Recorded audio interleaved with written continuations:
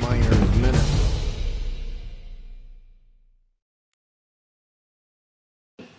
They have enough audacity to try to change a congressional act through regulation and take your right to your private property, which is a mineral. And that is your private property. It isn't your home, but it could be. The land's not your property, but the minerals are definitely your property. Constitutional violation is that since that is your private property, if they regulate or in any way prohibit your ability to take that private property and use it, then they have to compensate you for it. You have a lot of strength behind you. But the agencies have tried to circumvent it, and through time it's just going to take us to beat them back down. It got away from us for too long, too many years. Our forefathers didn't take care of it, now we got it.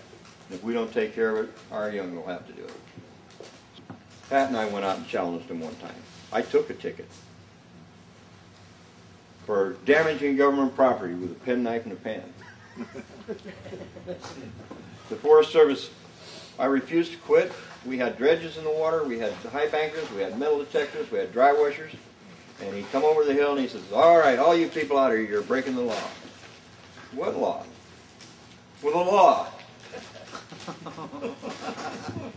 And we got him on video cam. And he said, "Turn the video cam off." I said, "Well, somebody said, we're videoing our outing here. If you don't like it being in video, you can step out of it." "Well, you got to quit that." I said, "I'll quit when you cite me." It took over 2 hours to get this guy to finally say, "Okay, I'll write you a ticket." This was in our early days, back in '92.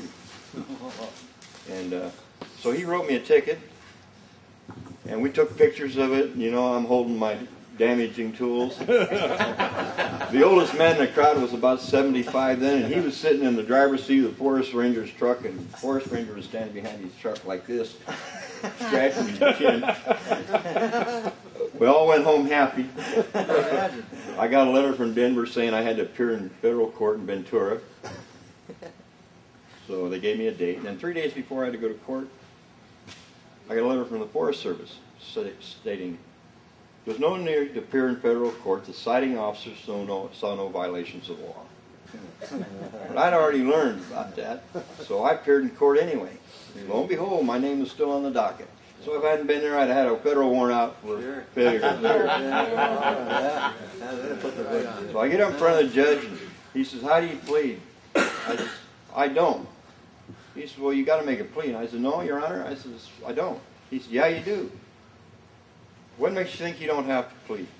I said, "Well, the Forest Service has taken the court's authority, told me I don't even have to be here."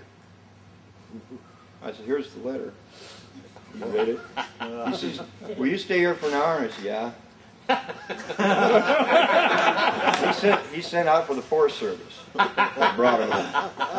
And he reamed him. And then he says, "Mr. Hobbs," he says, "I know what you're trying to do." And he says, "That's commendable. But he says, I have to find you not guilty."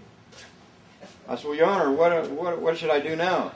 He said, "Well, I'd take my people and go back out there and do what you were doing." So I go home and I write a letter to the Forest Service, and I said, "We're going to have 40 people out there 2 weekends from now, and we're going to have a great time. You're welcome to come and visit." So we went out there 2 weeks from then, and I never saw a Forest Service. You have a lot of strength behind you. But the agencies have tried to circumvent it, and through time it's just going to take us to beat them back down. It got away from us for too long, too many years. Our forefathers didn't take care of it, now we got it. And if we don't take care of it, our young will have to do it. This is a Miner's Minute.